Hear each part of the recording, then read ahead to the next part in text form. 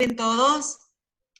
Bien, bueno, como les decía, vamos a hablar del tema equilibrio ácido-base. Bien, nosotros básicamente lo que vamos a hacer en estas semanas que nos faltan es aplicar lo que sabemos de equilibrio químico a tres tipos de equilibrios que son importantes y que se desarrollan todos en solución acuosa. Son esos equilibrios en donde lo que ocurren son reacciones ácido-base, equilibrios en donde lo que ocurren son reacciones de precipitación o disolución de compuestos, y esos equilibrios que en solución acuosa también en donde ocurren reacciones de óxido-reducción, ¿sí? O sea, reacciones redox. Bueno, estos tres tipos de equilibrio nosotros los vamos a empezar a estudiar esta semana, entre esta semana y la semana que viene, que siguen, y hoy vamos a hablar más precisamente de equilibrio ácido-base. Bueno, pero para eso vamos a hablar un poquito del agua, de algunas cositas muy particulares que ocurren con el agua. Todos estos son equilibrios que se desarrollan en solución acuosa, ¿sí? Son equilibrios en donde las especies que participan de las reacciones químicas están disueltas en agua, o están en contacto con el agua, ¿sí? Bueno, y nosotros tenemos que del agua saber una cosa, ¿sí? El agua es un buen solvente, ¿sí? El agua tiene una propiedad que se llama, bueno, constante dieléctrica, que es la capacidad de interactuar con partículas cargadas, algo por el estilo. Eso hace que sea una sustancia que actúa como un buen solvente para la mayoría de las sustancias inorgánicas y para muchas sustancias orgánicas que son polares. En el agua se van a poder disolver muchas cosas, sales, ácidos, hidróxidos, gases incluso que no tienen carga, y también se van a disolver sustancias orgánicas, como decíamos, que no son polares. Azúcares, aminoácidos, proteínas incluso están en contacto con el agua y podríamos decir que se disuelven en ella. Bueno, eh, vamos a prestar especial atención a estas sustancias que son capaces de disolverse en agua porque al disolverse en agua, las sustancias pueden presentar un comportamiento que nos va a servir para clasificarlas en dos categorías que son electrolitos y no electrolitos. ¿En qué se basa esta diferencia entre electrolitos y no electrolitos? Bueno, esta teoría de los electrolitos la desarrolló hace mucho tiempo un señor se llamaba Arrhenius. Él formuló esta teoría de la disociación electrolítica, le llamó él.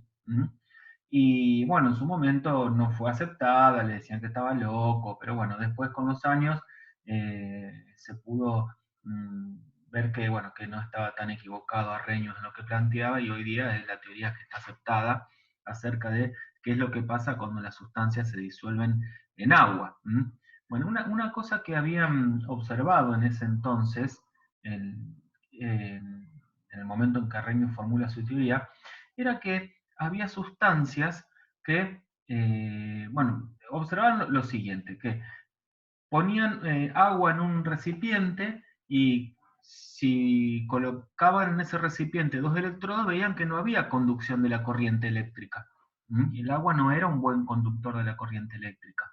Pero cuando al agua le agregaban algunas sustancias, esas sustancias sí hacían que el agua conduzca la corriente eléctrica. Por ejemplo, le agregaban cloruro de sodio. Entonces, a esas sustancias que hacían que el agua conduzca la corriente eléctrica se les llamaba electrolitos. Y se pensaba en ese momento que justamente los electrolitos respondían ante el estímulo de la corriente eléctrica disociándose en iones. Es decir, cuando uno ponía cloruro de sodio en el agua y aplicaba una diferencia de potencial, cuando quería hacer pasar una corriente eléctrica por el sistema, esa corriente eléctrica hacía que el cloruro de sodio se disocie en cloruros y cationes sodio. Por eso se le llamaba a esa sustancia electrolitos, porque la electricidad lo rompía. Bueno, Arrhenius lo que vino a proponer era que no era la corriente eléctrica lo que hacía que esa sustancia se disociara en iones, sino que era su propia naturaleza, que era una sustancia que estaba formada por iones y cuando se disolvía en agua se disociaba en los iones que la constituían. Eso es lo que hoy conocemos como electrolito. Son sustancias que cuando se disuelven en agua se disocian en iones. Lo que tenemos ahí es un ejemplo para el cloruro de sodio. ¿Ven? Acá tenemos lo que sería el cloruro de sodio, toda la red cristalina que forma el cloruro de sodio, y vemos cómo los iones negativos, que vendrían a ser los cloruros, y los cationes positivos, ¿no? Acá, que vendrían a ser los sodios, son rodeados de moléculas de agua. ¿Por qué el agua puede interactuar? Porque recordemos que el agua es una molécula polar. El agua presenta una densidad de carga negativa sobre el oxígeno y densidades de carga positiva sobre los hidrógenos. Entonces, cargas opuestas se atraen. Y el agua rodea a esos iones y los estabiliza en la solución, los separa del sólido. Ese fenómeno se llama solvatación. ¿Sí? Solvatación. Y ocurre para cualquier sustancia iónica que se disuelva en agua, o incluso ocurre para sustancias moleculares que se ionizan por este efecto de solvatación que el agua puede ejercer sobre ellas. De manera tal que toda sustancia que responde de esta manera, disociándose en iones cuando se disuelve en agua, se llama electrolito, se le conoce como electrolito. Por el contrario, hay sustancias que se disuelven en agua, pero que no se disocian en iones. Por ejemplo, el azúcar, el azúcar de mesa o la glucosa, uno lo disuelve en agua, o el etanol, uno lo disuelve en agua y eso no. Y al disolverse, la molécula sigue estando entera, rodeada de moléculas de agua, pero no se disocia en iones, ¿sí? No se forman partículas cargadas, de manera que, por ejemplo, si yo tengo una cuba con agua e intento hacer pasar corriente eléctrica por ahí, la corriente eléctrica no va a pasar. Y si le agrego azúcar, tampoco va a pasar, porque el azúcar no se disocia en iones. Bien, entonces queda claro esta diferencia entre electrolitos y no electrolitos. ¿Queda clara esta diferencia entre electrolitos y no electrolitos?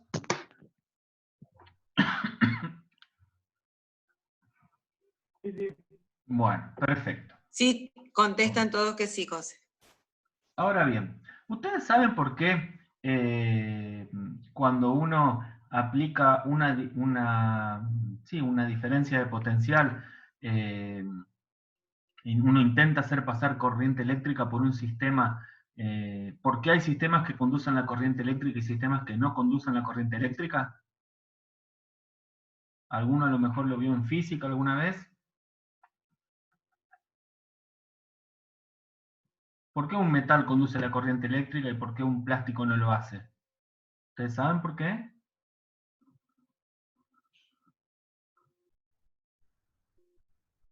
¿Están todos callados? ¿O se me cortó el micrófono a mí? Se me cortó el audio. Tengo anulado el audio. Te estoy hablando y había anulado el audio. Ah. Claro, te sentís solo. Están contestando que sí, sí. a todo. A ver, Gisela, ¿por qué un sistema puede conducir la corriente eléctrica como el metal y otro sistema no, como un plástico? A ver, Gisela, Isma, Tomás. No, profe, eso es porque vos preguntaste si se entendía. Ese prendió. voto, esos sí trampa. fueron de antes. A ver, ¿quién está hablando ahí? Yo. No, atrás, alguien habló, un chico habló. Yo. Dale, bueno, contame, ¿por qué un metal puede conducir la corriente eléctrica y un plástico no? No sé. Para que se pueda conducir la corriente eléctrica, en un sistema tiene que haber cargas que puedan moverse. Tiene que haber agentes que se le dice portadores de carga. En el metal, nosotros cuando vimos sustancias, hablamos de los metales, dijimos del enlace metálico, ¿se acuerdan? Dijimos que los electrones estaban deslocalizados, entonces como los electrones en los metales se pueden mover libremente, por eso los metales conducen la corriente eléctrica. Pero en un plástico esto no ocurre. En el plástico no hay partículas cargadas que puedan moverse, como si se pueden mover los electrones en un metal. Por eso, aquellos sistemas que no poseen partículas cargadas que puedan moverse, no pueden conducir la corriente eléctrica, porque la corriente eléctrica son cargas en movimiento, ¿no? La corriente eléctrica a través del metal, al menos lo más común que nosotros conocemos, que son los cables de la casa, ahí la corriente eléctrica circula en forma de electrones que se mueven. Esto no puede ocurrir en un plástico, por eso el cable está recubierto de un plástico, ¿no? De un aislante. Porque los electrones no pueden moverse por ese medio, ninguna carga puede moverse por ese medio, entonces aísla la corriente eléctrica, no la conduce. Bueno, ahora yo les pregunto, ¿el agua, a usted les parece que el agua conduce la corriente eléctrica?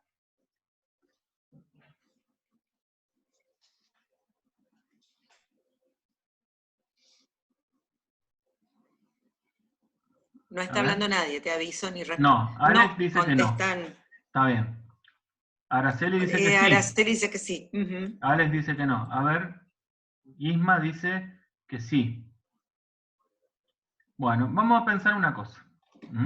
Yo me estoy bañando, estoy en la bañera. Estoy en la bañera. Y está mi esposa secándose el pelo al lado y me tiro el secador de pelo adentro de la bañera.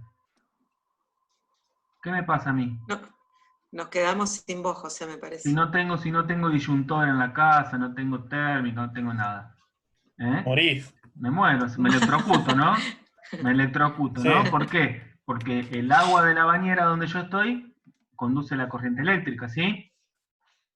Pero hay algo engañoso ahí, en este ejemplo que yo les estoy dando. Porque en realidad, yo no me baño con agua pura.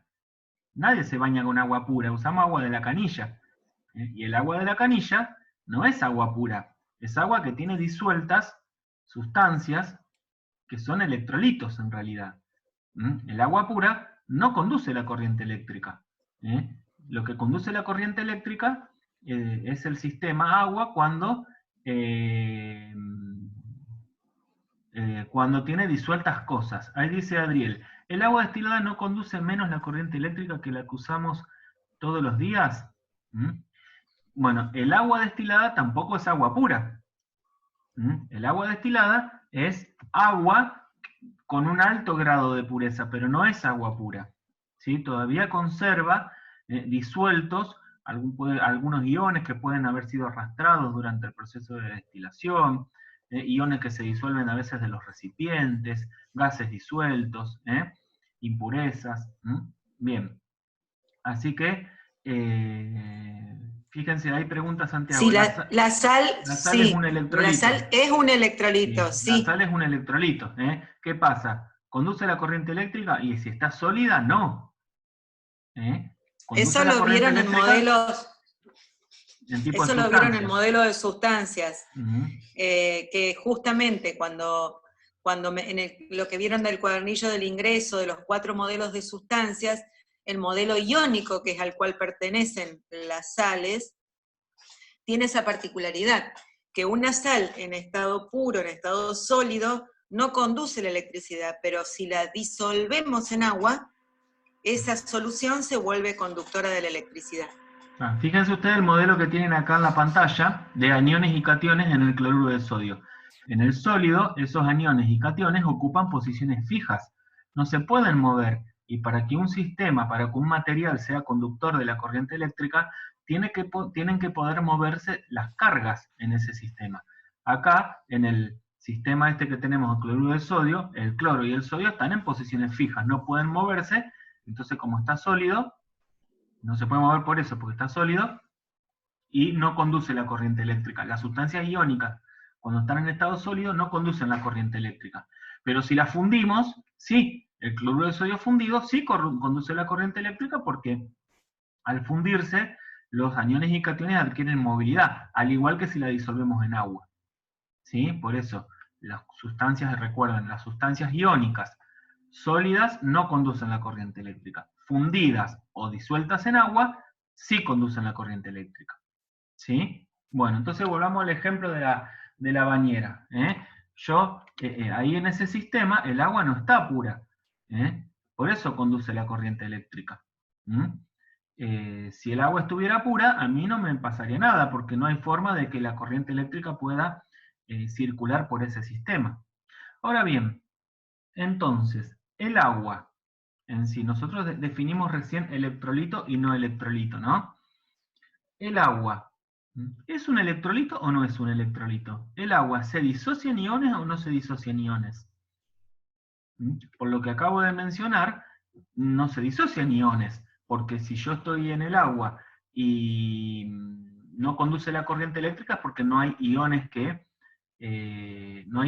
se puedan movilizar, ¿no? Bueno, eso también es algo que no es tan cierto.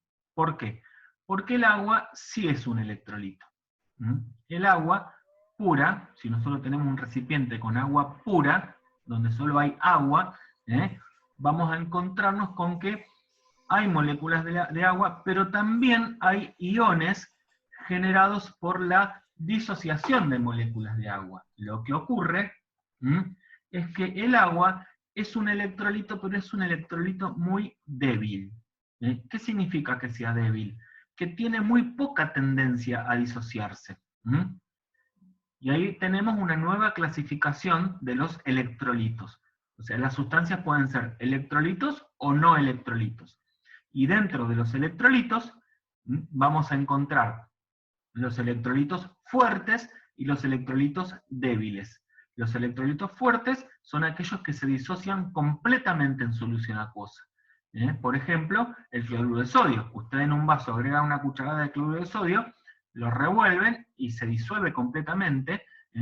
¿Y por qué se disuelve? Porque se disocia en solución acuosa. En cambio, hay electrolitos que no se disuelven, que no se disocian completamente en contacto con el agua. El mismo agua es un electrolito, pero es un electrolito débil. Se disocia parcialmente. El grado de disociación es muy bajo. Tenemos ahí una ecuación que representa la disociación del agua. ¿Ven? El agua, ¿cómo se disocia? Y se disocia en protones y oxidrilos. Acá vemos nosotros, acá tienen esta reacción que está acá, representa el equilibrio de disociación del agua. ¿Sí? Como ven, se genera esta especie y esta especie, que son iones, un ion positivo y un ion negativo. A este ion se le llama protón, o catión hidrógeno, ion hidrógeno o protón. ¿Sí? ¿Por qué se le llama protón? Y bueno, piensen, el átomo de hidrógeno tiene un protón y un electrón. El átomo de hidrógeno neutro tiene un protón y un electrón. Si este átomo para convertirse en un catión tiene que haber perdido un electrón. Y si un átomo de hidrógeno que tiene un protón y un electrón pierde un electrón, queda un protón solo, ¿no? Entonces tenemos esta especie que se le llama protón, y esta especie que se le llama oxidrilo. O hidroxilo también se le llama. Oxidrilo o hidroxilo. ¿Sí? Bien, entonces el agua se disocia en protones y oxidrilo. Pero ¿qué pasa? ¿Por qué no conduce la corriente eléctrica? Porque como esa disociación es muy débil, es muy baja, el grado de disociación del agua es muy bajo, la concentración de estos iones también es baja. La concentración de iones en el agua pura es de 10 a la menos 7 mol por litro.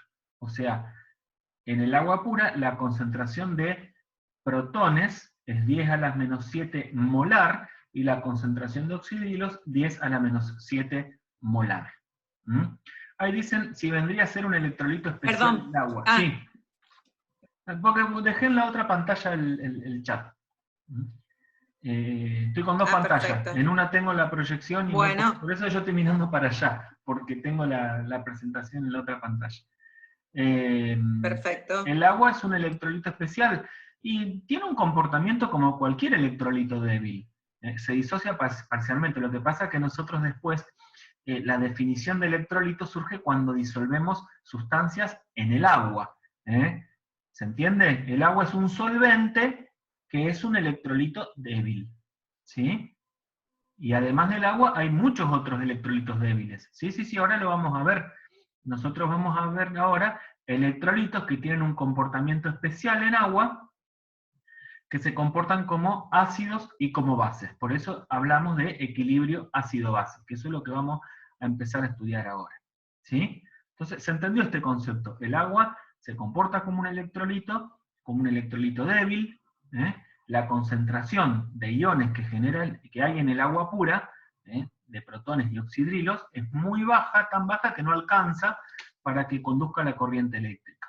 Por eso es un electrolito, pero es un electrolito débil. ¿Está? Bien. Entonces nosotros lo que vamos a hacer ahora es empezar a estudiar lo que es el equilibrio ácido-base, pero primero vamos a ver qué es un ácido y qué es una base. Bueno, hay distintas teorías que abordan la cuestión y definen de distintas formas ácidos y bases. ¿Sí? Bueno, la primera que vamos a ver es la teoría del propio Arrhenius. El propio Arrhenius decía que hizo esta definición de electrolito y diferenció electrolitos fuertes de electrolitos débiles. Y también dijo que si una sustancia, cuando se disolvía en agua, se disociaba y entre las cosas que generaba eran protones, esa sustancia se decía que era un ácido.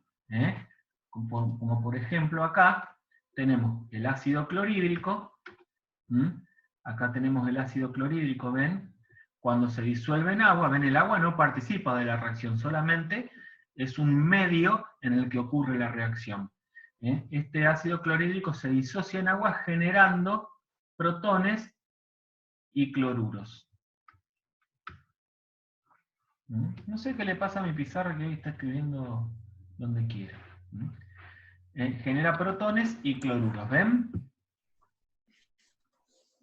Todo para decir que tiene una pizarra. No, y sí, los chicos ya saben, si no, cómo escribir con el mouse.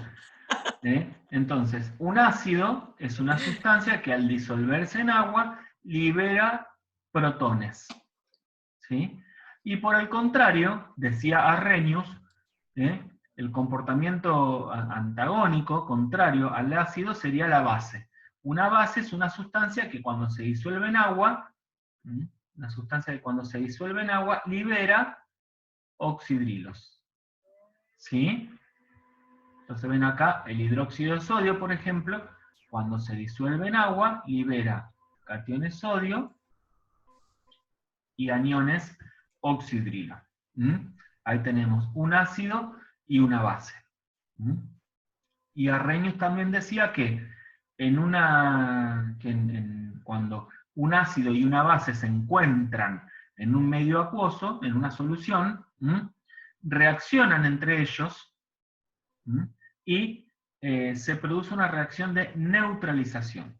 La neutralización es la reacción en la cual los protones y los oxidrilos reaccionan entre sí, ¿ven?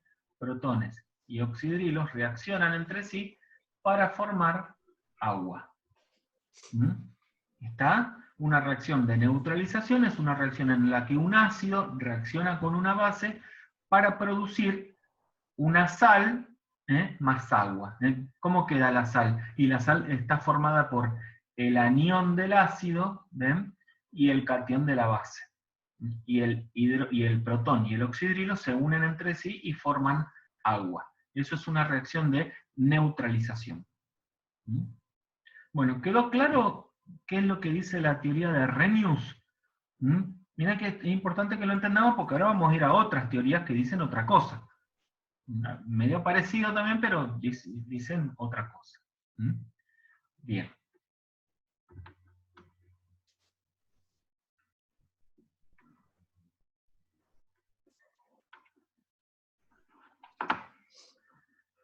Tenemos también la teoría de Bronsted, que fue posterior a la teoría de Arrhenius.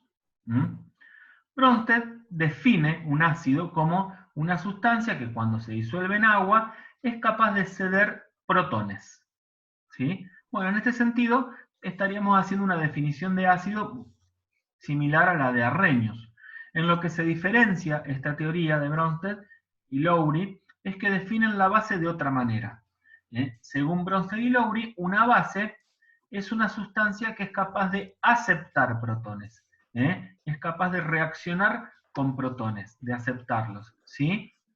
Y así es como en esta teoría se definen lo que sería un ácido conjugado y una base conjugada. Fíjense, acá tenemos, por ejemplo,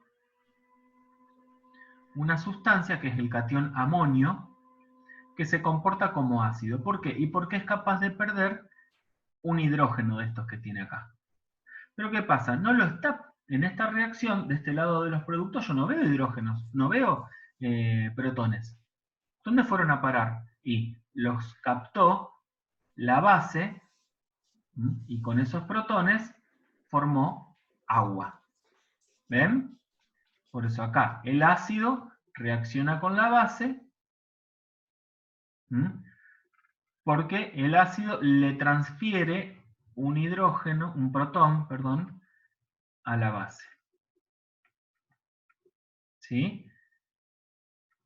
¿Se entiende la definición esta de ácido y de base? La de ácido, fíjense que es similar a la de Arrhenius. Difiere acá lo que es la definición de base. Acá la base es una sustancia que es capaz de aceptar protones. En Arrhenius decíamos que la base era capaz de ceder oxidrilos. Acá la base es capaz de aceptar protones. Vamos a ver después que en realidad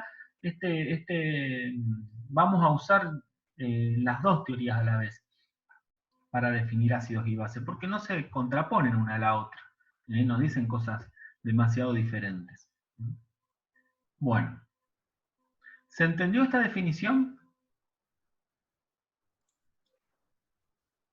A ver, algún sí que aparezca en el chat. Bien, apareció 1, Sí, 2, sí, bueno. 3. Sí. Va, ya está. Con 3 es mayoría. Yo digo que es tan importante que contesten porque es tan solitario dar clase detrás de un monitor, aparte, que yo no sé contesten de vez en cuando. No sé si se me cortó el audio o si están mudos porque no entendieron nada, o si están... O si se o si se fueron. desmayaron o se fueron. Bueno. Perfecto. Bueno, y la tercera teoría, que esta sí es totalmente distinta a las otras que vimos, es la teoría de Lewis. ¿Se acuerdan de Lewis? Que lo vimos en enlace, vimos las estructuras, los símbolos de Lewis. Bueno, Lewis define el comportamiento ácido-base en otros términos muy distintos. Los define en términos de electrones. Electrones que se ceden o se aceptan. Pares de electrones que se ceden o se aceptan. Lewis dice que un ácido es una sustancia que es capaz de aceptar pares de electrones. ¿Ven? Entonces acá tendríamos un ácido. Y una base es una sustancia capaz de ceder pares de electrones. Así que acá tendríamos una base. Como ven acá, el ácido reacciona con la base y forman un compuesto en el que los electrones fueron aportados por la base. Bueno, este comportamiento, esta definición en función de los electrones que se ceden o que se aceptan, es muy útil en química orgánica, por ejemplo. Cuando nosotros tenemos sustancias que tienen comportamiento ácido-base, pero que no liberan ni protones ni oxidrilos, o que no aceptan una cosa o la otra. ¿Sí? Bien.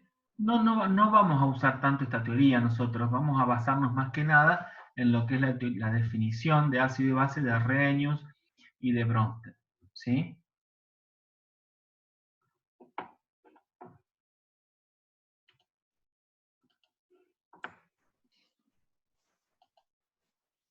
Bien. ¿Cómo vamos hasta acá? ¿Todo bien? Bien, bueno. Entonces, nosotros hoy dijimos que, la vamos llevando. Hoy dijimos que los electrolitos podían ser fuertes o débiles. Bueno, esto también ocurre con los ácidos y las bases. Los ácidos y las bases pueden ser fuertes o pueden ser débiles. ¿En qué me baso yo para decir si un ácido es fuerte o débil? Vamos a hacer el comentario para los ácidos, ¿sí? Y después se puede extrapolar sencillamente para las bases. ¿Cuándo un ácido es fuerte? ¿Cuándo un ácido es débil? Eso tiene que ver con el grado de disociación del ácido y del ácido en este caso. Y el grado de disociación de un ácido yo lo puedo estimar a partir de un dato importante que es la constante de equilibrio de la reacción en la cual el ácido se disocia. Como ven, acá tenemos una constante de equilibrio que tiene un nombre particular, fíjense que le llamamos Ka. Ka, ¿por qué? Porque es constante de acidez. ¿Qué es la constante de acidez? Es la constante de equilibrio de la reacción en la que una sustancia, que es un ácido, acá tenemos un ácido, se disocia para producir protones y el anión. ¿Está? ¿Ven? Esto es una reacción que ocurre. Bueno, esta reacción tiene una constante de equilibrio. ¿A qué es igual esta constante? Al cociente entre el producto de las concentraciones molares de los productos dividido el producto de las concentraciones molares de los reactivos, ¿no? ¿Se acuerdan de equilibrio químico? Productos sobre reactivos. Y cada una de estas concentraciones elevada a su coeficiente estequiométrico, ¿no? Pues bien, acá este ácido se disocia generando cada molécula de ácido, esto es un ácido genérico, ¿sí? Que tiene un hidrógeno que puede perder, ¿no? Entonces cada molécula de ácido, fíjense, genera un protón y un anión, ¿no? Entonces, en la expresión de la constante de equilibrio para esta reacción, que yo la voy a llamar Ka, que es constante de acidez, va a ser igual a la concentración molar de protones por la concentración molar de anión, ¿sí? Que sería el producto de las concentraciones molares de los productos, dividido la concentración molar de ácido sin disociar, ¿sí? Que sería el reactivo. ¿Ven? Acá está el ácido sin disociar. Entonces, fíjense, ¿cómo me doy cuenta yo si un ácido es fuerte o débil? Bueno, los ácidos fuertes tienen constantes de acidez altas, mayores a 10 a la 2. Fíjense, ¿cuándo esta constante de acidez es alta? Cuando el numerador es bajo y el denominador es alto, ¿no? Perdón, estoy diciéndolo al revés. ¿Cuándo es alta la constante de acidez? Sí. Cuando el numerador es alto y el denominador es bajo, ¿no? Entonces, esta constante va a tener un valor alto cuando esta parte del cociente sea alta y cuando esta parte del cociente sea baja. Eso significa que mucho del ácido sin disociar se disoció. ¿Está? Es una reacción que está desplazada hacia los productos. ¿Se acuerdan? Si la constante de equilibrio es alta, el equilibrio está desplazado más hacia los productos. Bueno, eso pasa en los ácidos y bases fuertes. Las constantes de acidez o de basicidad son altas porque las reacciones de disociación están desplazadas hacia los productos. Entonces, si nosotros tenemos una constante de acidez o de basicidad que sea mayor a 10 a la 2, vamos a decir que esa especie química es un ácido o una base fuerte. Voy a considerar que está prácticamente disociada en forma completa, que está completamente disociada. En cambio, si la constante de acidez es baja, ¿qué significa eso? Si la constante de acidez es baja, lo que estaría pasando es que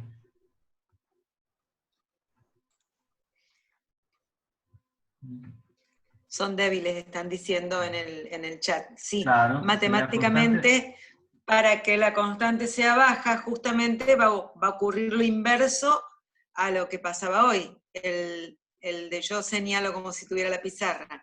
La concentración, lo que está en el denominador va a ser alto, y lo que está en el numerador va a ser bajo. ¿Ven? Si la constante es baja, esto significa que el numerador es bajo y el denominador es alto. O sea, tengo una reacción química en donde el equilibrio está desplazado hacia los reactivos, ¿sí? Hacia la izquierda. La constante es baja, el equilibrio está desplazado hacia la izquierda, entonces acá tengo una alta concentración de especies sin disociar y una baja concentración de especies que surgen de la disociación del reactivo, ¿sí? Si esa constante es menor a 10 a la menos 2, yo digo que la especie es débil. Es decir, si es una constante de acidez, voy a decir que es un ácido débil. Si es una constante de basicidad, voy a decir que es una base débil. ¿Sí? Entonces, diferenciamos ácidos y bases según las teorías de Arrhenius y de Bronsted, y si son fuertes o débiles, lo hacemos en función de la constante de equilibrio de cada reacción, la constante de acidez o la constante de basicidad, según corresponda. ¿Quedó claro eso?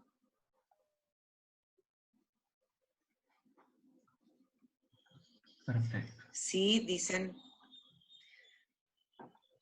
Sí, José. Muy bien. Entonces, fíjense, acá tenemos un par de ejemplos. Miren, acá tenemos un ácido. ¿Cómo me doy cuenta que es un ácido? Esperen que me organizo acá. ¿Cómo me doy cuenta que es un ácido? Y porque tiene acá un hidrógeno que puede perder. Entonces, cuando reacciona con el agua toma ese hidrógeno y se convierte en una especie que la vamos a ver con mucha frecuencia en los libros de química, en algunos, que se llama hidronio, que sería el equivalente a un protón.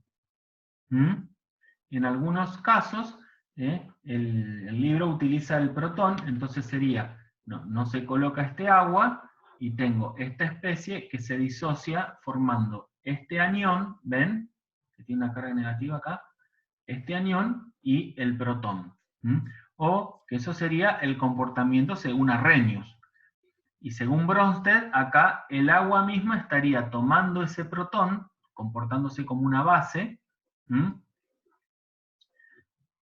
y transformándose en un ácido al capturar la base, al capturar el protón. ¿Sí? Y esta especie está perdiendo ese protón, por lo tanto es un ácido. La constante de equilibrio de esta reacción sería la concentración, el producto de las concentraciones de los productos, ¿ven? Sobre la concentración de los reactivos. Acá el agua no se pone, ven acá faltaría el agua, ¿no? Así, pero recuerden que no se coloca la concentración de agua en las constantes de equilibrio, porque se considera que es un líquido puro. ¿Está? No se pone... Este ácido que están viendo acá es un ácido que ustedes no saben escribirlo porque es orgánico, pero es un ácido muy común, que lo van a ver, si podés, José, escribirle la simplificación, es el ácido acético, que es el componente principal del vinagre. Entonces, la molécula del ácido es esa que les está escribiendo José ahí, y a veces se la suele abreviar con la palabra AC, pero es un ácido, lo vamos a usar muchísimo como ácido débil. Entonces, esa es la expresión, eso es lo que quería mencionar. La pueden llegar a ver en la guía de problema como esa expresión, la última que escribió José, la que dice ACH. Lo que importa de ahí es que cuando ese ACH se disocia, queda un anión que es el AC y el protón, que es lo que se ve ahí como hidrógeno, ¿no? Bien, y acá abajo tenemos otra reacción, en donde también una sustancia que es una base, reacciona con acá el agua, ven que en este caso el agua estaría funcionando como un ácido, proveyendo protones a la base, la base se transforma en un ácido y el ácido se transforma en una base. Entonces, ¿cómo diferenciamos esto? Bueno, si esta es la base, si este amoníaco es la base, este amonio es lo que llamamos ácido conjugado. Es el ácido conjugado de esa base. Ismael pregunta si la reacción empieza con ácido, se calcula Ka, y si empieza con base, es Kb. No. Va a ser acidez o basicidad dependiendo del comportamiento que esté manifestando la sustancia que está reaccionando con el agua o que se está disolviendo en agua. Acá, por ejemplo, es el amoníaco. El amoníaco, así como está acá, que reacciona con el agua, es una base. ¿Por qué es una base? Y porque toma protones del agua y libera oxidrilos. ¿Está? Acá, el ácido acético es un ácido, ¿por qué? Porque el ácido acético libera protones, que son tomados por el agua, pero lo libera, pierde protones. ¿Sí? Bueno, pero sí, está bien lo que me pregunta ahí. ¿Cómo sabemos cuando el agua es base o ácido? Tiene los dos comportamientos. Va a manifestar uno o el otro dependiendo de quién tenga adelante. Pero nosotros vamos a hacer un poco más sencillo esto, porque estas serían las definiciones de la reacción de ácido-base según Bronsted. Nosotros nos vamos a independizar un poco de esa molécula de agua y vamos a trabajar más bien en base a la definición de ácido de Arrhenius, ¿sí? Y vamos a definir el ácido como la sustancia que cede protones y la base como la sustancia que cede oxidrilos. Ahora lo vamos a ver ahora. Ahí dice, ¿cómo se sabe cuando una sustancia puede perder hidrógeno? Las sustancias que son capaces de ceder hidrógeno son los ácidos. Es más fácil recordar lo que es un ácido que empezar a deducir a ver si puede perder protones. Vamos a ver ahora que hay distintas sustancias que se conocen como ácidos, porque normalmente generan protones cuando se disuelven en agua. ¿Sí? Lo que pueden hacer también, recuerden que ustedes tienen un anexo de tablas en el entorno, y entre todas esas tablas hay una que tiene constantes de ácidos y otra que tiene constantes de base. Con esto les quiero decir que pueden inspeccionar un poco a ver qué es lo que se comporta como ácido, pero vamos a trabajar con pocos ácidos que van a ver que se van a repetir en todos los ejercicios, en la mayoría de los ejercicios, pero ahí en el anexo de tablas tienen un listado de ácidos y de bases, con sus constantes, con sus valores de constante. Página 10 están acotando ahí, gracias Isma. Bien, entonces fíjense, vamos a diferenciar acá en forma gráfica cuando un ácido es, cuando un ácido es fuerte y cuando un ácido es débil. Pero antes de esto, para que quede claro.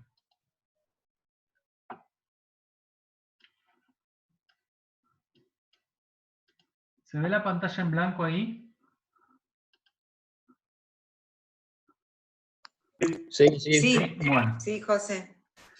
Nosotros vamos a considerar que una sustancia es un ácido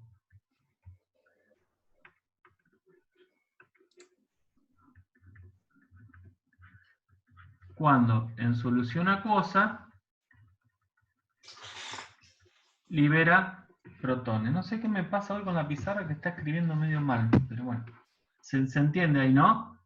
Libera sí, protones. se entiende, sí. La constante Sí. de esta reacción se llama constante de acidez, ¿no? Y una base... Y esa es la constante, mientras vos escribís, y esa es la constante cuyo valor nosotros les daremos como dato, o está en ese anexo de tablas en la página 10 que les comentábamos recién. Y una base va a liberar oxidrilos y va a tener una constante de basicidad, ¿sí? En función de estos valores, para cada una de estas especies, estos valores están en tablas. Solo, eso, esperen que en realidad estos valores están en tablas solo para las especies débiles. ¿Por qué no están en tablas las constantes para las especies fuertes? En realidad sí se pueden encontrar, pero en la mayoría de las tablas no están las constantes de acidez y basicidad de las especies fuertes porque yo considero que están completamente disociadas. ¿Sí? Entonces, como está completamente disociada, la constante, fíjense, si yo hago la constante de acidez de esto sería la concentración de anión por la concentración de protones sobre la de ácido sin disociar. En un ácido fuerte, esta parte de la ecuación tiende a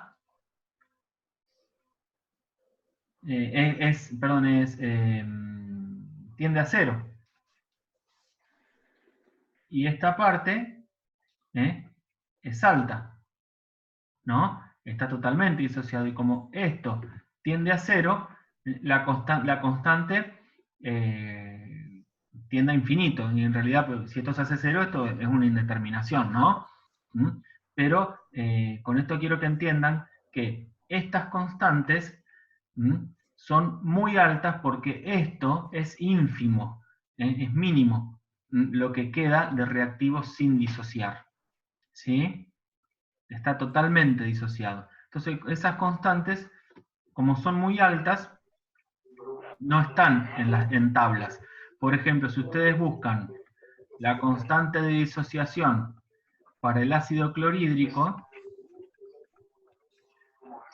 esto no lo van a encontrar en tablas. Esta constante de acidez no la van a encontrar en tablas, porque el ácido clorhídrico es un ácido fuerte. Entonces, ¿ustedes cómo saben si un ácido es fuerte? Lo buscan en tablas. Si no está, es fuerte. ¿Está? Si no encuentran la constante... Anoten esto porque es una importante. Pregunta muy común. Si cuando no sepan, porque la pregunta más común es ¿cómo distingo un ácido fuerte de un ácido débil? Anoten esto que termina de decirle José recién. Y en relación a esa tabla que les comenté que tienen de constantes de acidez. Si voy a buscar un ácido y la constante, el valor de la constante de disociación de ese ácido no está en la tabla, es un ácido fuerte. Esto es importante que lo fijen porque va a ser base para los cálculos que van a necesitar hacer para los ejercicios. Si el ácido figura, tiene un valor su constante de disociación y es débil. Lo mismo para la base. Lo mismo para la base. Incluso lo que van a ver es que la tabla de bases es bastante más reducida que la de los ácidos, o sea, van a encontrar una variedad mucho más abundante de ácidos y de constantes de ácidos que de bases. Pero aplica lo mismo. Cuando no figura, es una especie fuerte. Bien. ¿Se entiende hasta ahí? Y el mismo razonamiento podemos hacer para la base, está bien. Bueno, fíjense, si nosotros hiciéramos una representación, esperen que voy a cambiar lo que estoy compartiendo. Si nosotros hiciéramos una representación microscópica de un sistema que está constituido por un ácido fuerte en solución acuosa y por un ácido débil, fíjense, acá, si tuviéramos ácido clorhídrico, por ejemplo, sabemos que es un ácido fuerte. Antes de la disociación, antes de la ionización, antes de disolverse en agua, la molécula de ácido clorhídrico es un cloro con un hidrógeno unido por un enlace covalente, ¿no? Cuando se disocia, al disolverse en agua, se generan protones y cloruros. Si yo voy a la representación, yo no voy a encontrar, moléculas, no voy a encontrar moléculas de ácido clorhídrico sin disociar. Yo solo voy a encontrar cloruros, ¿sí? Como este, ¿ven? Cloruros, y voy a encontrar protones, ¿no? El tema es que en realidad los protones no están dando vueltas solitos por ahí. Por eso no lo ven acá. Lo que ustedes ven es una molécula de agua acá, que tiene un protón de más, ¿no? Es el hidronio, que yo les marqué hoy. Esto equivale a tener un protón ahí en la solución. ¿Se entiende? Repito, son dos formas de representar las cosas. Lo que ocurre en realidad es que el protón solo no está dando vueltas en la solución. El protón es capturado por una molécula de agua. Pero si uno quisiera hacer una representación diferente, uno podría representar los cloros por un lado y los protones por el otro, así, separados. No encontraría en esta solución moléculas así de cloruro de hidrógeno sin disociar. En cambio, si nos vamos a un ácido débil, como por ejemplo acá el ácido fluorhídrico, vamos a encontrar fluoruros, ¿ven? Y vamos a encontrar moléculas de ácido fluorhídrico sin disociar, porque no están todas disociadas. Por eso es un ácido débil, porque no está completamente disociado. ¿Sí? Bien.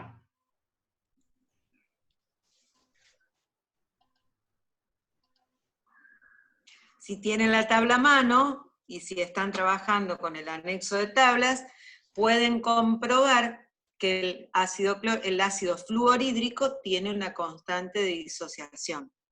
Como tiene una constante de disociación, califica como ácido débil. Yo busco las tablas. ¿Alguien de la sala tiene la tabla a mano? Yo la tengo acá, la tengo que tener.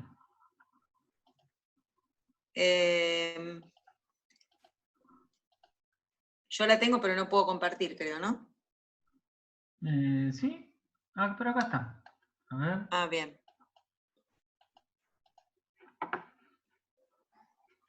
Este que comparto. Ahí tenés constantes de acidez.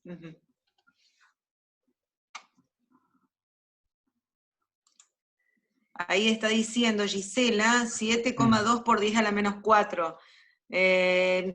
No la estoy viendo, Gisela, pero sí, está bien, perfecto, ahí ahora sí la veo. Ahora la veo. Ese es el valor de la constante de disociación del ácido fluorhídrico, está muy bien. Muy bien. ¿Ven ahí las tablas? Sí se ven. Esperá que lo Los que tienen, sí, por favor, te lo pido. Bueno, acá tienen, por ejemplo, constantes de acidez y constantes de basicidad. ¿Ven? Tenemos distintos ácidos acá, distintos ácidos, y tenemos la constante de acidez 1, la constante de acidez 2, la constante de acidez 3, eso, la constante 2 y la 3 son para ácidos que tienen más de un protón para perder, ¿sí? Que eso lo vamos a ver después. Pero en principio, fíjense, buscamos acá ácido clorhídrico. Acá está, ¿lo ven? Constante 1, fuerte, dice, no me da el número. No me da un número porque justamente es un electrolito, es un ácido fuerte. No vamos a encontrar su constante acá en la tabla porque está completamente disociado. ¿Hay otros ácidos fuertes? Sí, si ustedes se fijan, el ácido bromhídrico, el ácido nítrico, el ácido perclórico, el ácido sulfúrico en su primer disociación, el ácido yodhídrico, ¿sí? Todos los demás ven que tienen valores de constantes de acidez. Son ácidos débiles. Por ahí debe estar el fluorhídrico que usamos recién. Sí, hay dos, fíjate. Hay dos. No sé, debe ser un error de la edición. Sí, un error. Porque son muy parecidas las constantes, a lo mejor está redondeado. Fíjense, 7 por 10 a la menos 4. Es menor a 10 a la menos 2. ¿Se acuerdan que habíamos hecho esa aclaración? ¿Sí? Y lo mismo acá tienen para las bases. Con las bases la cuestión es más fácil, porque prácticamente la única base débil que vamos a usar en estos problemas al menos es el amoníaco. Todas las otras bases, todas las bases de los metales alcalinos, por ejemplo, son bases fuertes. ¿Sí? Bien.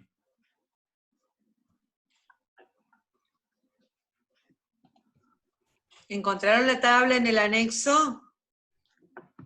¿O al menos la encontraron algún día en el entorno al anexo de tablas? Sí, me dice Isma. Bien, Isma, que debe ser Ismael. Todos los hidróxidos formados por metales del grupo 1 son fuertes. Sí. Muy bien. Bien, Silvina. Ahí está Silvina con nosotros también. Tarde, pero seguro. Ah, bien, bueno. Bueno, vamos a continuar.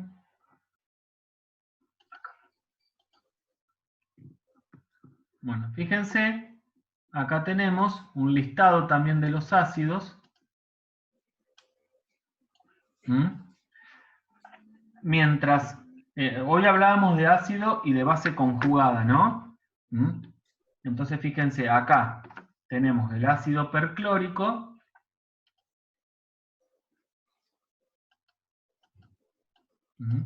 Acá tenemos el ácido perclórico, ¿lo ven? Entonces cuando el ácido perclórico se disocia, genera una base conjugada, que es el ion perclorato. Mientras más fuerte es el ácido, mientras más fuerte es el ácido, más débil es su base conjugada. ¿Sí? Eso es una cuestión que después, yo ahora la menciono, es de mucha utilidad cuando uno estudia las sales, cuando uno estudia el comportamiento ácido-base de las sales, cuestión y las reacciones ácido-base, bueno, pero nosotros no vamos a avanzar tanto en este tema. Pero sí, bueno, se los mencionamos. Mientras más fuerte es un ácido, más débil es su base conjugada. Mientras más fuerte es una base, más débil es su base conjugada. ¿Sí? Bien.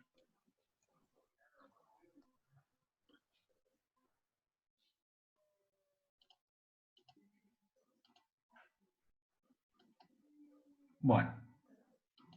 Vamos a pasar a la otra pizarra.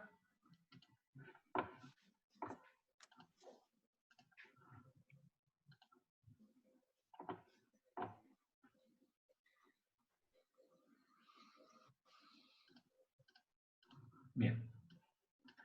Nosotros hoy hablábamos de que el agua se comportaba como un electrolito débil. Es decir, el agua era capaz de disociarse en solución acuosa para liberar protones y oxidrilos, ¿sí? Esta reacción se conoce como autoionización del agua. Tiene una constante que vamos a ponerle un nombre especial. Esta constante, para la disociación del agua, se va a llamar KW, K-Water. Y va a tener un valor, que está establecido, está fijado, que es de 1 por 10 a la menos 14. Esto a 25 grados centígrados. Recuerden que las constantes de equilibrio dependen de la temperatura, ¿sí? Bien, para nosotros vamos a trabajar en condiciones estándar, 25 grados centígrados, el valor de la constante de disociación del agua es este, 1 por 10 a la menos 14. ¿Qué significa esto? Fíjense, este kW, si yo lo expreso en función de las concentraciones de reactivos y productos, acá va a ser igual a la concentración de protones por la concentración de oxidrilos y dividido la concentración de agua. Pero como ya dijimos hoy, el agua no interviene como reactivo o como producto, cuando está líquida, ¿no? No interviene como reactivos o productos en las constantes de equilibrio. Así que esto va a quedar así. Por eso esto también se le conoce como producto iónico del agua.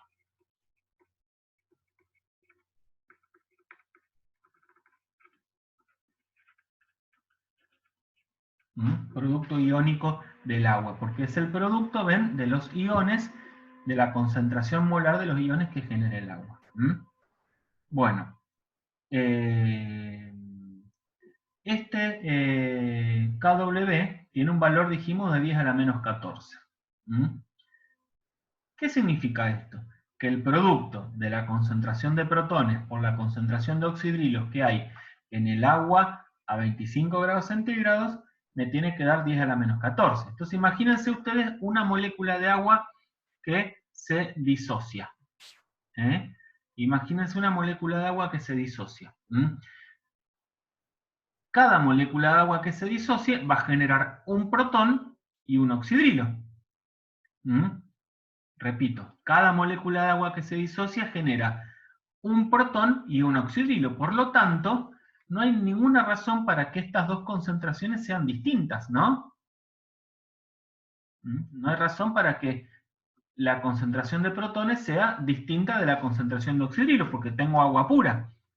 De manera que, para que esto me dé 10 a la menos 14, la única alternativa que hay es que cada una de estas valga 10 a la menos 7, ¿no? Entonces, en el agua pura, la concentración molar de protones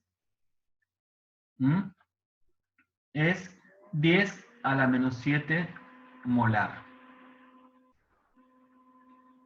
Y la concentración molar de oxidrilos es 10 a la menos 7 molar. ¿Sí? Vemos que esta concentración molar es muy baja. 10 a la menos 7 es un número muy pequeño. Por eso yo les decía hoy que si bien había iones en el agua pura, que son estos protones y estos oxidrilos, la concentración de estos iones es tan baja que no le alcanza para, conducir la corriente eléctrica. ¿Sí? Bien, esto es molar, recuerden. Molar. Estos corchetes representan concentración molar, acuérdense, eso seguro lo vieron la semana pasada en equilibrio. ¿Está? José. Bueno, sí. Se te cortó un chiquito el audio y están pidiendo que por favor lo repitas. ¿Desde dónde más o menos? ¿Vos escuchaste dónde se me cortó? Vos es que yo no lo perdí al audio, yo no lo perdí al audio. Pero una niña sí lo perdió, Gisela. ahí Gisela dice bueno, repetimos un poquito que no va a venir mal. En el agua pura, la concentración molar de protones y oxidrilos es la misma. No hay razón para que tengan valores distintos porque cada molécula de agua que se disocia genera un protón y un oxidrilo. Por tanto, como el producto de estas dos concentraciones me tiene que dar 10 a la menos 14, que es el valor de la constante, la única alternativa para que pase eso, como estas dos concentraciones son iguales, es que cada una valga 10 a la menos 7 molar. ¿Sí? ¿Gisela se entendió? Perfecto. Bueno. Pero todo está... bueno. Imagínense que este 10 a la menos 7 es un número muy pequeño. Hace muchos años, antes de que estudiáramos nosotros incluso, era muy difícil manejarse con números tan pequeños. Ustedes porque ahora tienen la calculadora científica y, bueno, no les molesta usar el número de Avogadro, incluso que 10 a la 23 es un número muy exageradamente grande, o hay números exageradamente pequeños, usan la notación científica de la calculadora y ya está. Pero hace un tiempo eso no era tan fácil. Entonces, se solía trabajar con el logaritmo de los números, que eran muy grandes o muy pequeños. Entonces, fíjense, lo que se propuso utilizar era un operador matemático que era el operador P, que significa menos el logaritmo de algo. Menos el logaritmo de algo. Entonces, vamos a aplicar este operador P a esta expresión. Entonces, si yo aplico el operador P a esta expresión, me queda PKW igual a P, concentración de protones, por P, concentración de oxidrilos. La concentración KW vale 10 a la menos 14, o sea que acá sería menos el logaritmo de 10 a la menos 14, igual a menos el logaritmo de 10 a la menos 7 por menos el logaritmo de 10 a la menos 7. ¿Me siguen hasta acá? Entonces acuérdense ustedes, propiedades de los logaritmos. El logaritmo de un exponente, acuérdense, vamos a trazar una línea acá. El logaritmo de a la x es x por el logaritmo de a, ¿no? ¿Se acuerdan? Entonces, acá nos va a quedar, este 14 baja acá adelante, el menos del 14 baja con él, se cancela menos por menos más, y el logaritmo de 10 es 1, o sea que acá nos queda 14, ¿no? Acá lo mismo, este 7 baja con su signo, y acá me queda 7, y acá, acá disculpen, yo hice mal acá, vamos a corregir, en realidad es el menos el logaritmo de toda la expresión, menos el logaritmo de toda la expresión, ¿sí? Y si ustedes recuerdan, el logaritmo de un producto es la suma de los logaritmos, esa propiedad me había faltado aplicar acá, así que tenemos acá más.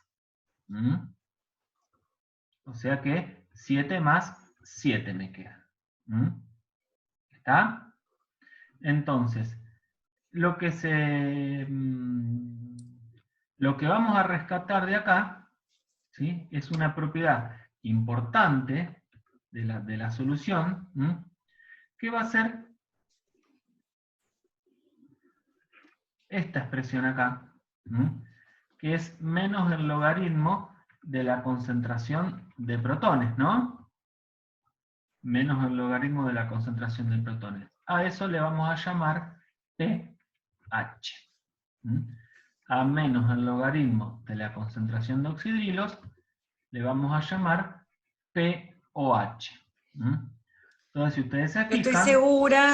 Estoy segura, de paso descansa, José, tu garganta, que la palabra pH la han escuchado cientos de veces y han trabajado, los que tienen pileta pueden haber escuchado hablar del pH de una pileta, que hay que tener controlado el pH, también se usa mucho en cosmética, si uno va a comprar, ahí dice, me gusta el comentario de Adriel, pobre.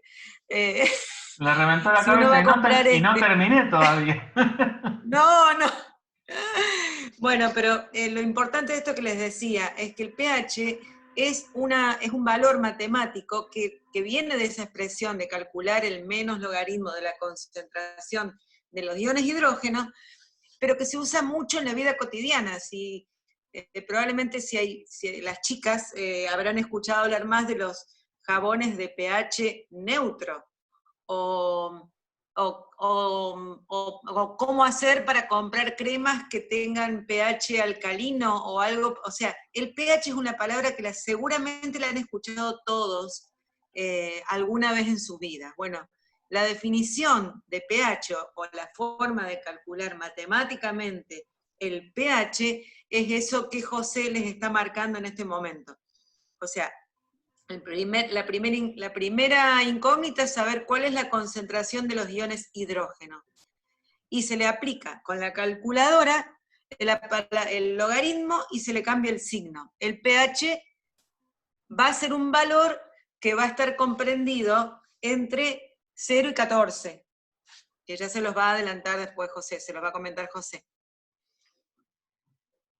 Bueno, entonces fíjense, acá. Nosotros definimos lo que es pH y lo que es pOH. Entonces, acá la suma de pH más pOH, fíjense que me dio 14 para el agua pura. Y eso va a suceder en cualquier sistema acuoso. pH más pOH es igual a 14. O lo que es lo mismo, la concentración de protones por la concentración de oxidrilos le tiene que dar 10 a la menos 14. En cualquier sistema acuoso, agua pura o una solución.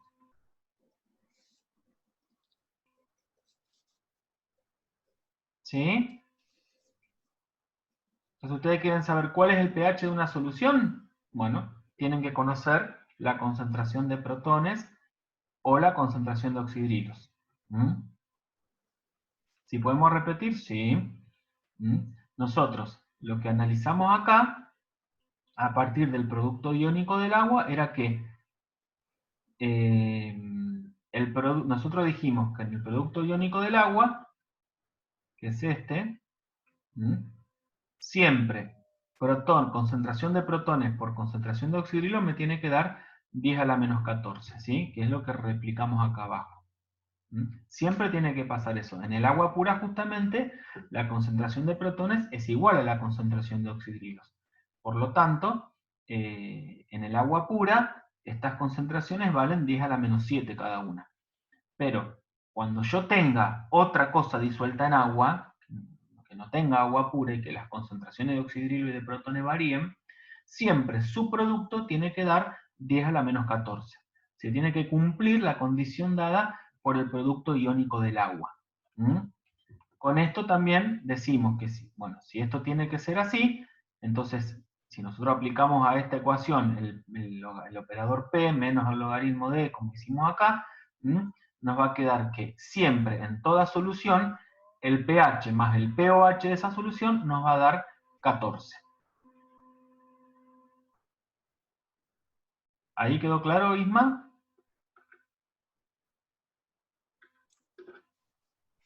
Buenísimo.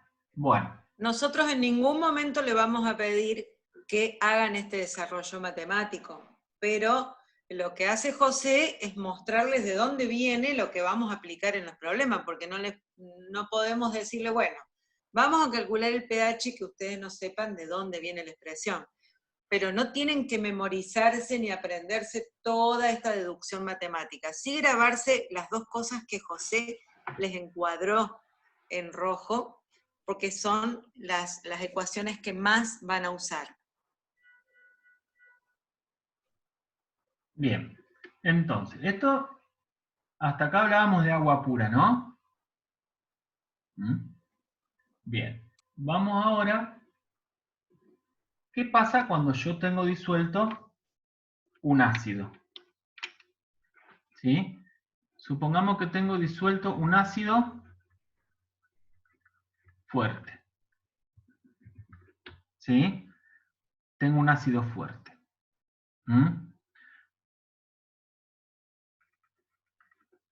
Ese ácido está completamente disociado en solución acuosa.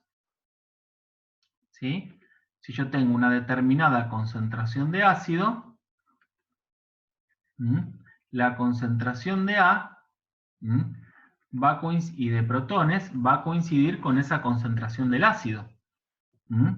De manera que, para el ácido fuerte,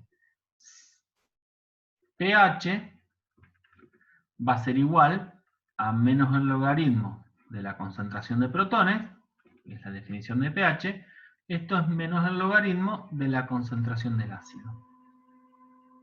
¿Sí?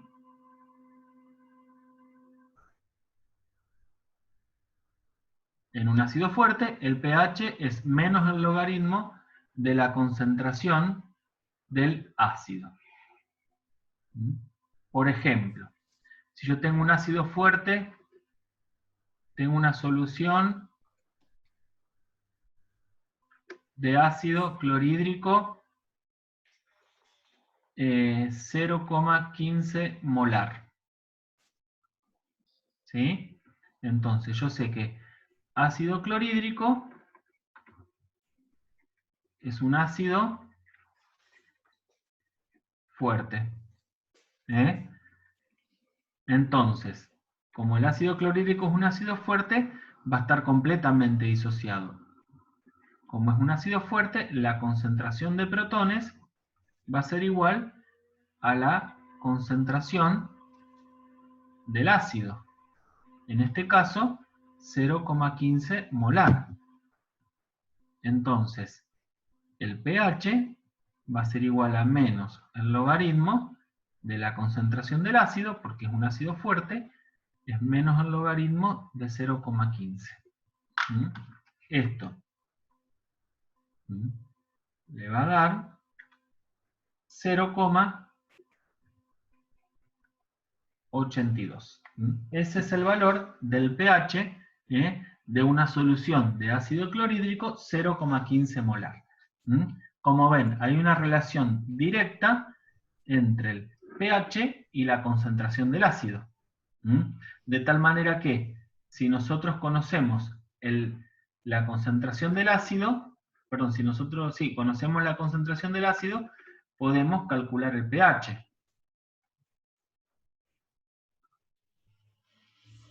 Y también, si nosotros conocemos el pH, podemos calcular... Ahí lo está explicando José. Podemos calcular la concentración del ácido. ¿Sí? Fíjense. Acá tenemos lo mismo, pero la incógnita despejada es diferente. pH es igual a menos el logaritmo de la concentración del ácido. Y concentración del ácido es 10 a la menos pH. Es el antilogaritmo del pH, del menos pH. ¿Se entiende? Y si a vos te piden el pOH, vos te acordás que pOH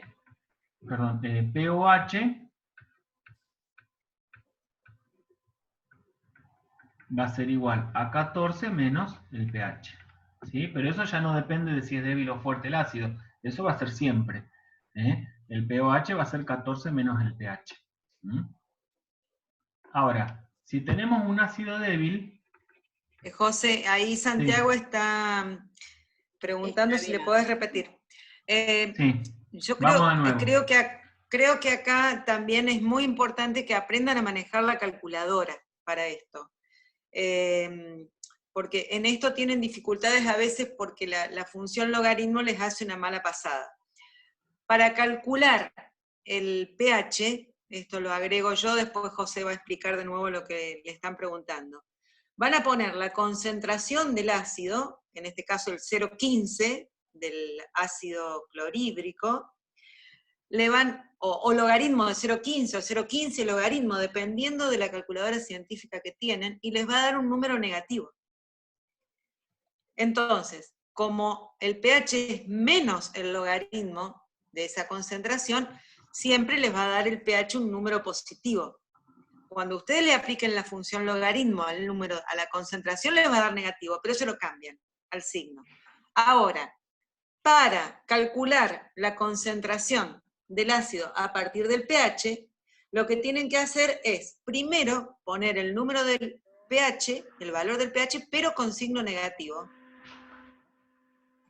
Y luego aplicar la función inversa logaritmo. Esto es lo que es la parte técnica del manejo de la calculadora, que les cuesta mucho a la hora de hacer estos problemas. No les cuestan tanto los problemas como cómo se hace con la calculadora. Entonces, repito, para calcular la concentración a partir del pH, van a poner el número del pH, en este caso, que explicó José, 0,82 daba, van a poner ese número en negativo, y le van a aplicar el antilogaritmo o shift logaritmo para que les dé la concentración del ácido. ¿Está?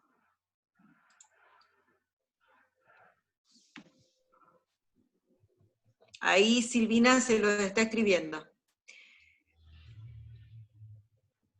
En algunas calculadoras dice shift, en otros dice inversa. Claro.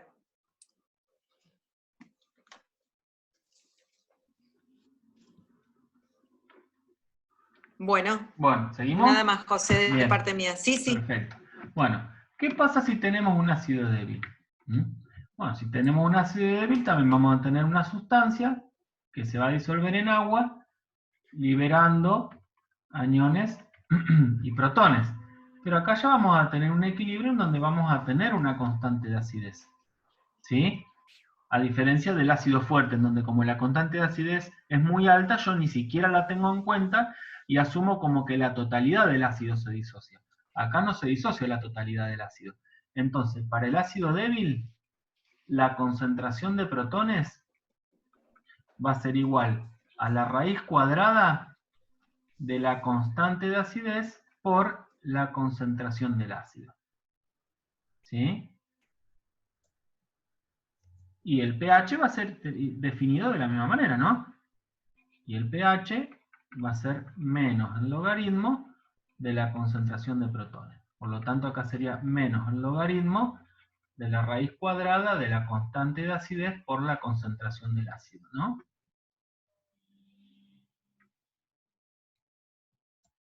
Como ven, en el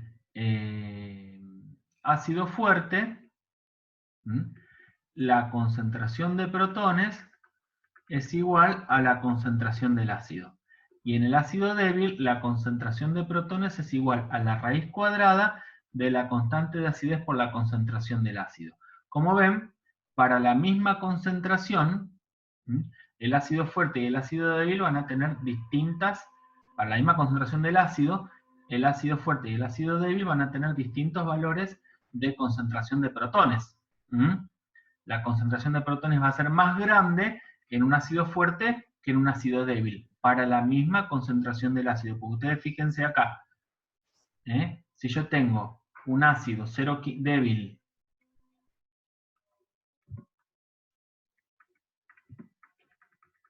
(0,15 molar), entonces el pH, supongamos que tiene una constante de acidez 1,8 por 10 a la menos 5, entonces el pH va a ser igual a menos el logaritmo de la raíz cuadrada de 1,8 por 10 a la menos 5 por 0,15, ¿no? ¿Cuánto les da esto? Háganlo con la calculadora ya que están, entonces ven si la saben usar. Sí, yo no la tengo, la mía está en mi oficina en la facultad. Hace 2 meses que no la veo. 1,8 por 10 a la menos 5 por 0,15. A eso le aplicamos la raíz cuadrada, y a eso le calculamos el logaritmo 2.78. 2,78.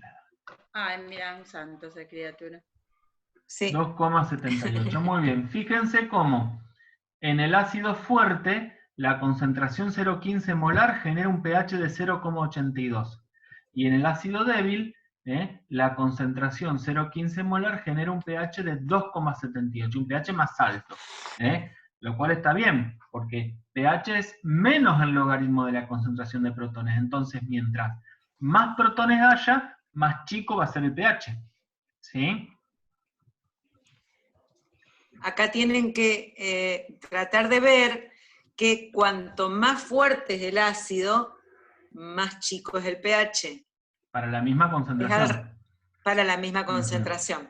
Eso es algo que nos da la matemática de la expresión. O sea, al ser una expresión logarítmica y negativa, nosotros en la medida que aumente la concentración de un ácido, el pH va a bajar. Por el operador P, que les decía hoy José, que en realidad es una ecuación, es una expresión, un cálculo matemático que a medida que el número de la concentración aumenta, el valor del pH disminuye. ¿Está? Entonces, si uno le pregunta si un pH es 2 y de otro ácido el pH es 4, ¿cuál es más ácido de esos dos ácidos? ¿El 2 o el 4?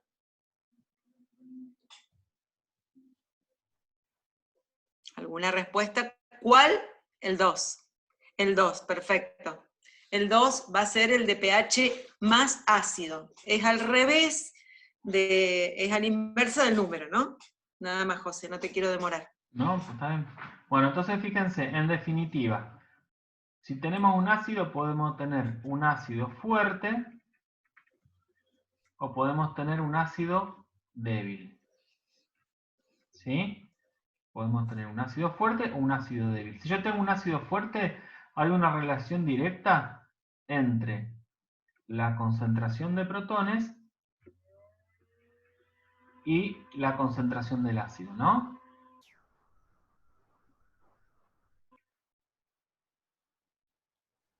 Hay una relación directa entre la concentración de protones y la concentración del ácido. Y el pH, justamente, yo lo puedo sacar de la concentración de protones o viceversa, ¿no? Entonces fíjense, en un ácido fuerte, si a mí me dan la concentración del ácido, yo puedo calcular la concentración de protones y con eso calcular el pH. Si a mí me dan el pH, yo con eso puedo calcular la concentración de protones y con eso calcular la concentración del ácido. Ahora, en un ácido débil, acá entran a jugar otras cosas. No solo la concentración de protones va a depender de la concentración del ácido, sino que también va a depender de la constante de acidez. ¿Sí? Entonces, para determinar, y a su vez, bueno, yo ya sé que la concentración de protones me permite calcular el pH. Entonces, para yo poder resolver un problema donde tengo un ácido débil, yo necesito, fíjense que tengo tres variables, tengo que conocer dos. Yo puedo conocer el pH de una solución de un ácido débil si conozco la constante de acidez y la concentración. Puedo calcular la concentración de un ácido débil si conozco la constante de acidez y el pH o la concentración de protones. Y puedo calcular la constante de acidez de un ácido si conozco su concentración y el pH o la concentración de protones. ¿Ven? Y todas estas están vinculadas a través de la expresión que hicimos un poco más arriba. La vamos a remarcar porque en definitiva es la ecuación que ustedes tienen que recordar. Es esta, ¿no? Mientras que para el ácido fuerte era esta. ¿Sí? Después se trata todo de despejar la incógnita, ¿no? De despejar aquello que quiero calcular, aquello que me están preguntando acerca del sistema, ¿sí?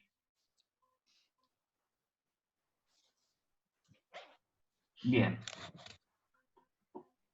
¿Estamos de acuerdo con esto, con los ácidos? Bueno, el mismo razonamiento... Sí, ¿había alguien que habló? Tomás. Isma dice que bien. Y Tomás, no sé si querés decir algo. Bueno, no. Apareció nomás, quiso aparecer un poquito en cámara. Bueno, vemos esto. Recuerden que después yo les paso estas pizarras, chicos, para que ustedes las tengan. De todos modos, si ustedes después miran la clase de teoría, la grabación de la clase de teoría, está todo tal cual lo está dando ahora en vivo José. Bueno, para la base fuerte, el razonamiento es el mismo, chicos. Si tengo una base fuerte, la concentración, en el caso de la base, recuerden, cuando se disocia, libera catión y oxidrilos. Entonces, en la base fuerte, la concentración de oxidrilos es igual a la concentración de la base. Por lo tanto, el pOH es igual a menos el logaritmo de la concentración de la base. La misma expresión que para el ácido, pero para la base. Es para la base, teniendo en cuenta de que la base libera oxidrilo, por lo tanto, calculo el pOH. Y si tengo una base débil, la reacción es la misma, salvo que, en este caso, tengo un equilibrio en donde tengo una constante de basicidad que es menor a 10 a la menos 2.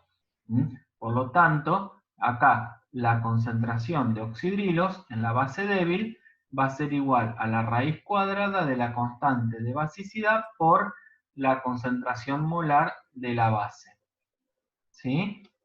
Y el pOH se define de la misma manera, menos el logaritmo de la concentración de la base.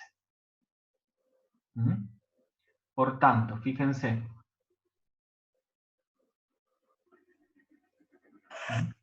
si ustedes tienen una base fuerte, hay una relación directa entre la concentración de oxidrilos y la concentración de la base. Y con la concentración de oxidrilos podemos calcular el pOH. Y si la base es débil, tengo una relación acá entre la concentración de oxidrilos, la concentración de la base, y acá entra a jugar también la constante de basicidad.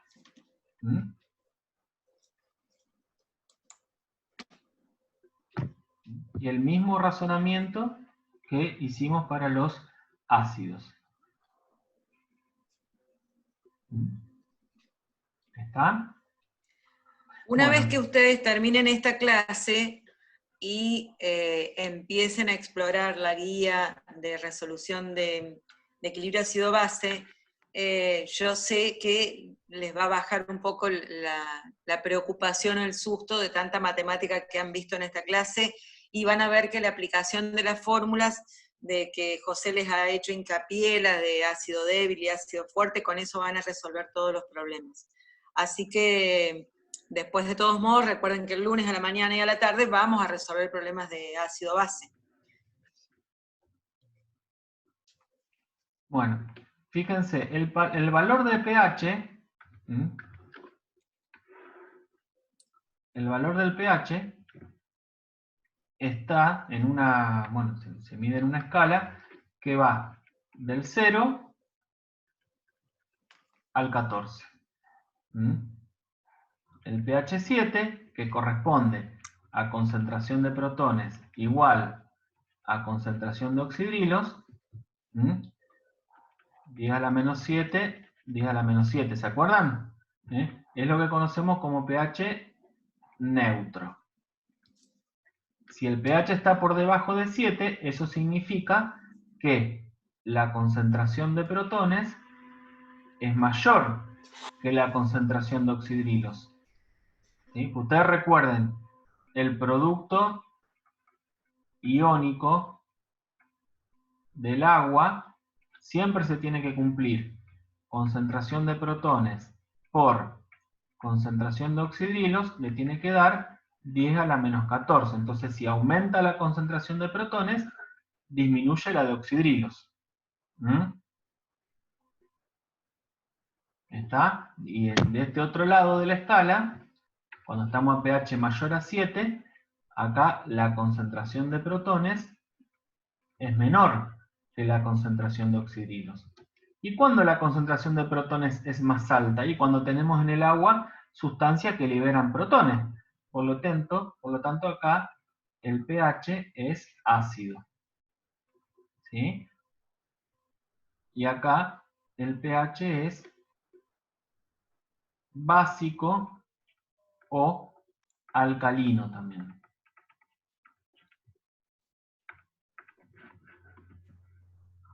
Entre 0 y 7 el pH es ácido. Entre 7 y 14 es alcalino. El 7 es neutro. Si a mí me dicen, ¿qué pH, cuál es ácido básico o neutro? Una solución que tiene pH 6,99. ¿Qué les parece a ustedes? ¿Ácido, básico o neutro? Si el pH vale 6,99. Es ácido, porque es menor a 7, ¿no? Y si el pH vale 7,00001, es básico, porque es mayor a 7. ¿Queda claro? El único pH neutro es el pH 7. ¿Está? Que corresponde al agua pura o a algunas disoluciones que no alteran el pH del agua pura. ¿Sí? Bien, entonces, en resumen, como para ir cerrando y darle alguna, vamos a hacer una pantalla nueva para que le queden algunas herramientas para resolver los problemas. Recuerden José, te tengo que abandonar, sí, así anda que te dejo con Silvina. Chau, chau. Chau, chicos. Chau, chicos. Ustedes recuerden siempre que en toda solución el producto de la concentración de protones por la concentración molar de oxidrilos les tiene que dar 10 a la menos 14. O lo que es lo mismo, según el desarrollo que hicimos antes, pH más pOH les tiene que dar 14. Si ustedes tienen un ácido fuerte, la concentración de protones es igual a la concentración del ácido. Si ustedes tienen un ácido débil, la concentración de protones es igual a la concentración, la concentración de protones es igual a la raíz cuadrada de la constante de acidez por la concentración del ácido, ¿sí? Si ustedes tienen una base fuerte, la concentración de oxidrilos de esa base es igual a la concentración molar de la base. Y si tienen una base débil, la concentración de oxidrilos es igual a la raíz cuadrada de la constante de basicidad por la concentración de la base.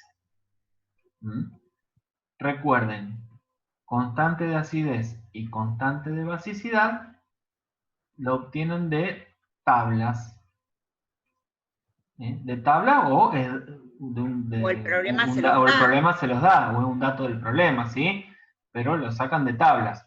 Si a ustedes no les da el hecho de que en un problema ustedes no le den la constante de acidez o de basicidad, y bueno, ahí a lo mejor puede estar, lo que puede estar pasando es que tengan un ácido o una base fuerte, eso puede ser un indicio.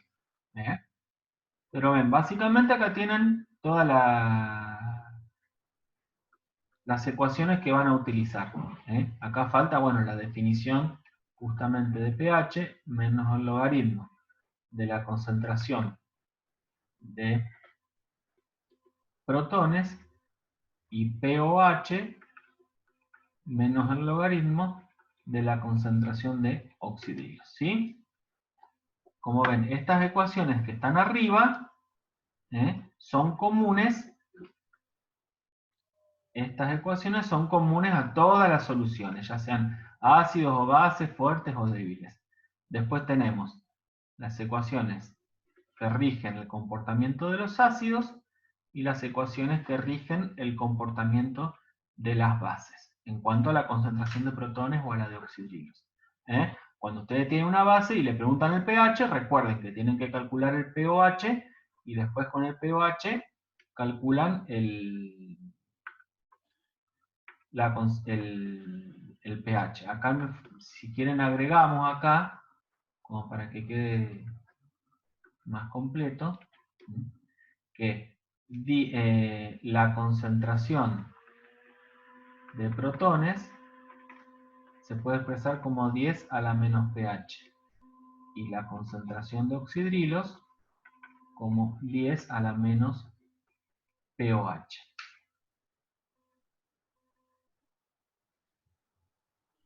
Súper resumen. Con esto resuelven todos los problemas de la guía, chicos, básicamente, prácticamente. ¿Tienen alguna pregunta? ¿Qué quieren hacer? Entonces, el pH les da idea si algo es ácido o no es ácido, ¿m? En la vida real. Cuanto más bajito es el valor del pH, más ácidas son las cosas. Cuando es 7, es neutro, y cuando es más que 7, es básico o alcalino. Así como hay una escala de pH, podría haber una escala de pOH, pero no se usa. Se usa solo la escala de pH. Está bien. Bueno, ¿alguna pregunta que tengan, chicos?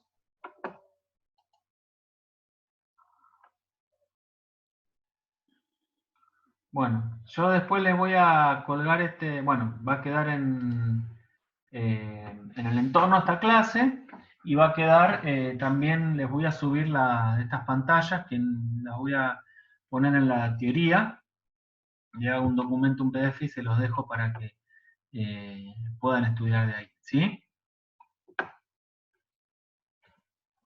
Vamos a guardar antes que me olvide. Y bueno, no sé si hay alguna duda, algo que quieran preguntar, chicos.